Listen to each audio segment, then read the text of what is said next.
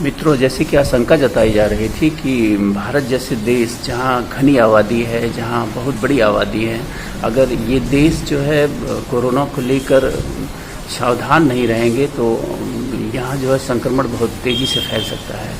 और WHO भी लगातार जो है चेतावनी देता रहा है कि भारत जैसे देश सावधान रहें कोरोना को लेकर, अन्यथा जो है वो बुरी तरह से फंस सकते हैं। और आज अगर आप आंकड़े देखिए, जो देशव्यापी आंकड़े आ रहे हैं, लगातार जो कोरोना संक्रमण के मरीजों की संख्या तेज़ी से बढ़ रही है, उससे बहुत ही चिंता होती है। और ऐसा प्रतीत होता है कि जो आशंकाएं थी विश्व बिरादरी की, जो आशंकाएं थी WHO की, या जो आशंकाएं थी हमारे भारत सरकार की कि हमें जो है बहुत बच के रहना है, अन्यथा हम बुरी तरह से फंस सकते हैं।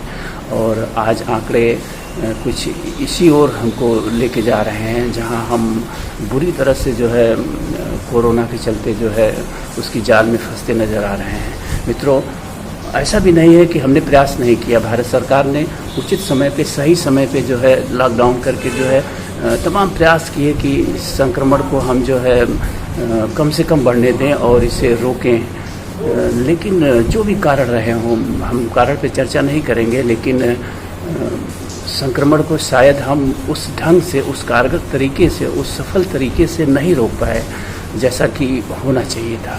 और आज स्थिति जो है लगातार बद से बदतर होती जा रही है। आज लगभग 4 महीने होने को आ रहे हैं और जो संक्रमण का जो वो है रेशियो है वो लगातार बढ़ता जा रहा है। आप कह सकते हैं कि अभी देश में जो है संक्रमण बढ़ाव की ओर है, ऊर्ध्वगामी है। हम लगातार जो है संक्रमण की जो संख्या है वो लगातार बढ़ रही है। अभी हम बढ़ान की तरफ हैं। तो मैं ये कहना चाहूँगा कि बड़ी सावधानी की ज़रूरत है आज देश को, अन्यथा देश को इसकी इतनी भारी कीमत चुकानी पड़ सकती है कि जिसकी शायद कल्पना भी नहीं की जा सकती है। इन सब के बावजूद निश्चित रूप से लड़ना तो होगा ही। ये एक प्राकृतिक आपदा है, इसमें किसी को दोष नहीं दिया जा सकता है कि किसके वजह से ऐसा हुआ है। ये प्रकृति ने एक लड़ाई छेड़ी है मानव जाति के विरुद्ध, और कमोवेश पूरी दुनिया इससे प्रभावित है। अमेरिका जैसा सशक्त देश भी जो है इस कोरोना की लड़ाई में पराजित होता हुआ दिख रहा है। तो ज़रूरत है कि आज जिस तेज़ी से ये संक्रमण बढ़ रहा है, और निश्चित रूप से कहीं न कहीं थोड़ी सी चिंता इस बात की होती है कि इस तेज़ी से ग्राफ बढ़ते रहने के बावजूद भी देश की एक बहुत बड़ी जनसंख्या आज भी है जो शायद वो सावधानियाँ, वो प्रिकॉशंस नहीं ले रही है जो लेने की ज़रूरत है। तो मैं आप सबसे यही प्रार्थना करूँगा, यही आग्रह करूँगा कि इस बीमारी को मजाक में न लें, हल्के में न लें, अन्यथा आज जो आंकड़े आप 7 लाख 8 लाख के देख रहे हैं वो देखते देखते 7 करोड़ 8 करोड़ तक में पहुंच जाएं। ये चिंता का और डर का विषय है। ये डर का विषय सबके लिए होना चाहिए, विश्व बिरादरी के लिए भी है, भारत सरकार के लिए भी है। जैसा कि हमारे प्रधानमंत्री जी ने कहा था, जब उन्होंने पहले लॉकडाउन की घोषणा की थी तो उन्होंने स्पष्ट कहा था कि अगर हम सावधान नहीं रहे तो देश 21 साल पीछे चला जाएगा। और आज अगर आप देखें तो निश्चित रूप से कोरोना की एक भारी कीमत हमें चुकानी पड़ रही है। और अगर हम अभी और अधिक सावधान नहीं हुए और हमने इस बीमारी पे अंकुश लगाने की कोशिश नहीं की तो निश्चित रूप से आने वाले समय में हमें इसकी और भारी कीमत चुकानी पड़ सकती है। लेकिन फिर भी लड़ना है, ये एक लड़ाई है और हम सब लड़ेंगे। मैं यही कहूँगा अंत में कि डरने की ज़रूरत नहीं है, लेकिन मैं ये भी कहूँगा कि सावधान रहने की ज़रूरत है। सावधानी बहुत ही ज़रूरी है और आवश्यकता है कि हम जितनी अधिक से अधिक सावधानी बरत सकें उतनी सावधानी बरतें और प्रयास करें कि जो है ये महामारी कम से कम फैले।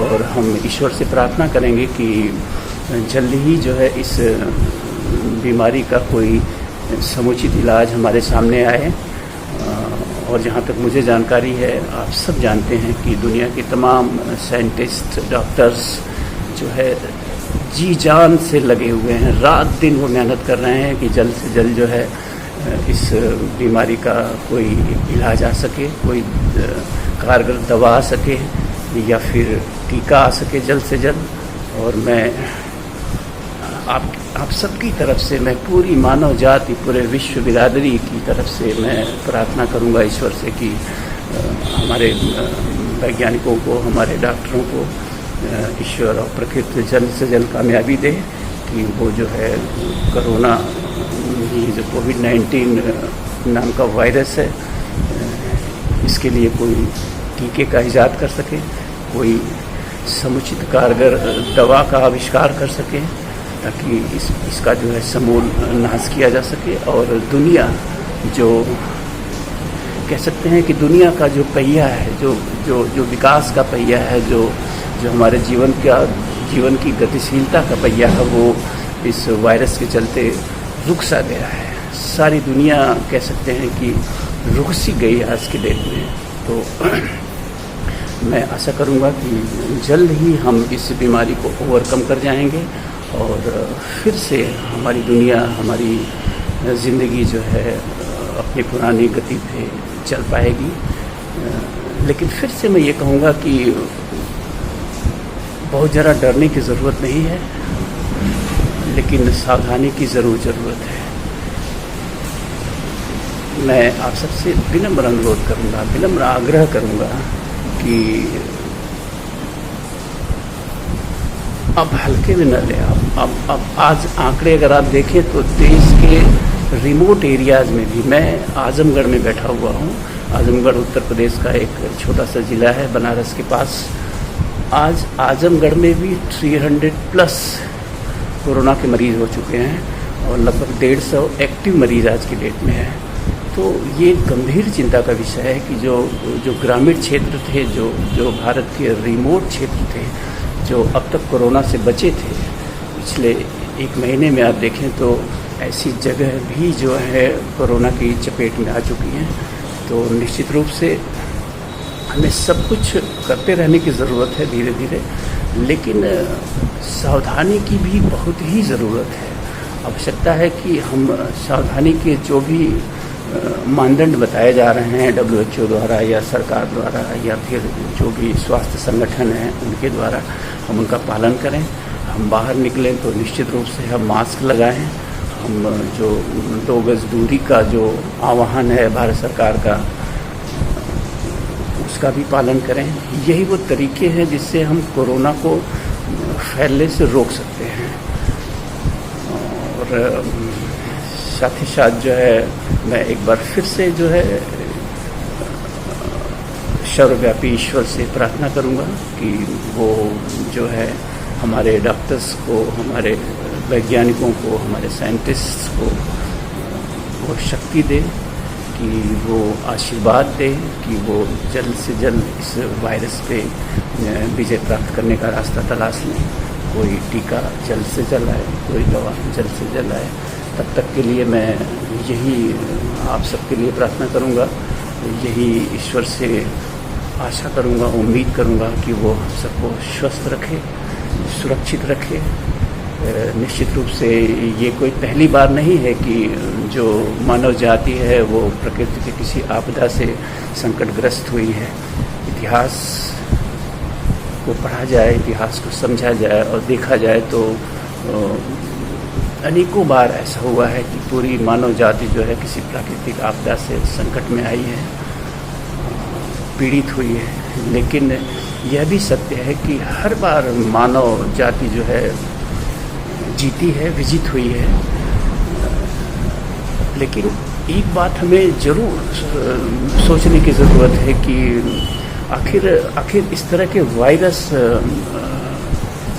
क्यों जो है मानव जाति को परेशान करते हैं, क्या वजह है? क्या कुछ हम ऐसा नहीं कर सकते हैं कि आने वाले समय में इस तरह के वायरस जो है मानव को परेशान न कर पाएँ, पीड़ित न कर पाएँ? निश्चित रूप से ये चिंतन का विषय है और पूरी दुनिया को जो है चिंता करने की ज़रूरत है कि आखिर आखिर ऐसे वायरस क्यों पनपते हैं। ये निश्चित रूप से कहीं न कहीं हमारी कोई कमी है, हमारी कोई भूल है। अन्यथा जो ब्लेम किया जा रहा है आज के डेट में, ये चाइना सरकार पे ब्लेम किया जा रहा है कि चाइना की एक वेट मार्केट से, यानी जहाँ जंगली जानवरों का व्यापार किया जाता है, जहाँ जंगली जानवरों को मनुष्य को खाने के लिए बेचा जाता है, जहाँ मनुष्य निर्दोष जंगली जानवरों को जो है अपने भोजन के लिए इस्तेमाल करते हैं, इन्हीं कारणों से जो है कोरोना वायरस जो है वो जानवरों से मनुष्य में जो है आया है और उसकी इतनी भारी कीमत चुकानी पड़ रही है आज मानव जाति को। तो निश्चित रूप से अगर हम ऐसी चीज़ों से बचें, मान लीजिए कि अगर मनुष्य जाति शाकाहार अपनाती और इस तरह के निर्दोष जंगली जानवरों को न खाती, तो शायद आज कोरोना का प्रसार न होता, कोरोना हमारे जीवन को अस्त व्यस्त न करता। तो निश्चित रूप से पूरे विश्व बिरादरी को चिंता करने की ज़रूरत है कि हम भविष्य में कुछ ऐसा करें या भविष्य में हम कुछ ऐसा न करें। मेरा कहने का मतलब है कि जिससे इस तरह के ख़तरनाक वायरस फिर से मानव समाज को परेशान कर पाए। और साथ ही साथ मैं एक दूसरी बिंदु पर ज़रूर चर्चा करना चाहूँगा थोड़ी सी। आज अगर मैं पूरी दुनिया के मीडिया की बात नहीं कर रहा हूँ, लेकिन मैं भारतीय मीडिया को निश्चित रूप से कटघरे में खड़ा करना चाहूँगा। आज जब आवश्यकता है कि पूरा देश, पूरी दुनिया एकजुट होकर मैं समझता हूँ कि सदी के सबसे गंभीर प्राकृतिक संकट है ये।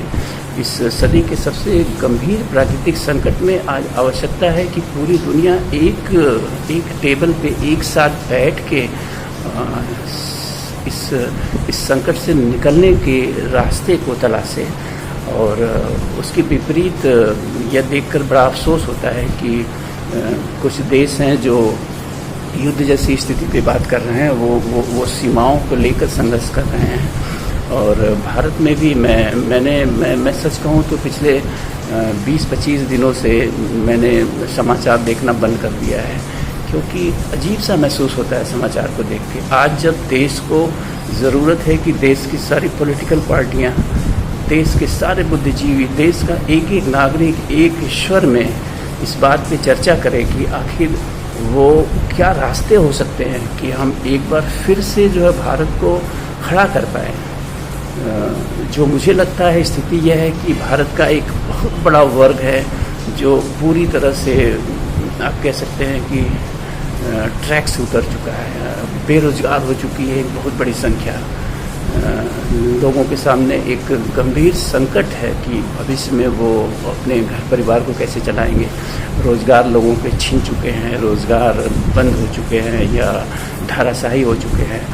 तो आज जब टीवी चैनल पे आवश्यकता यह है कि हम सब मिल बैठकर इस बात पे चर्चा करें कि कोरोना ने जो हमें क्षति पहुंचाई है, कोरोना जो हमें क्षति पहुंचा रहा है, उससे हम कैसे बाहर निकलें और भारत को फिर से कैसे जो है खड़ा कर सकें कि भारत फिर से जो है गतिमान हो सके।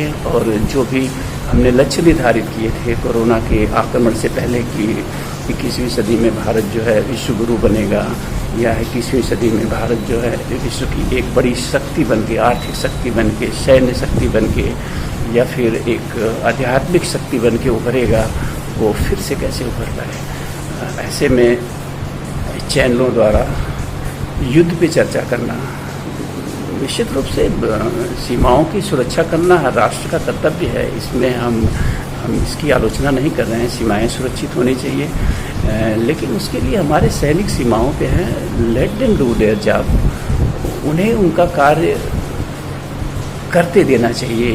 ये आज के इस गंभीर आपातकाल की स्थिति में जहां प्रकृति ने एक तरह से आक्रमण किया हुआ है हम सबके ऊपर, ऐसे में ज़रूरत है कि जो ये सार्वजनिक प्लेटफॉर्म हैं इन पे सरकारें भी, मैं सरकारों से कहूँगा कि युद्ध की रणनीति को वो सेना पे छोड़ दें। सेना हमारी सक्षम है, हमें अपनी सेना पे गर्व है और हमें अपनी सेना पे विश्वास भी है कि हमारी सेना के जो जवान हैं, हमारे सेना के जो बहादुर अधिकारी और जवान हैं, वो सक्षम हैं अपने देश की सीमाओं को सुरक्षित रखने के लिए।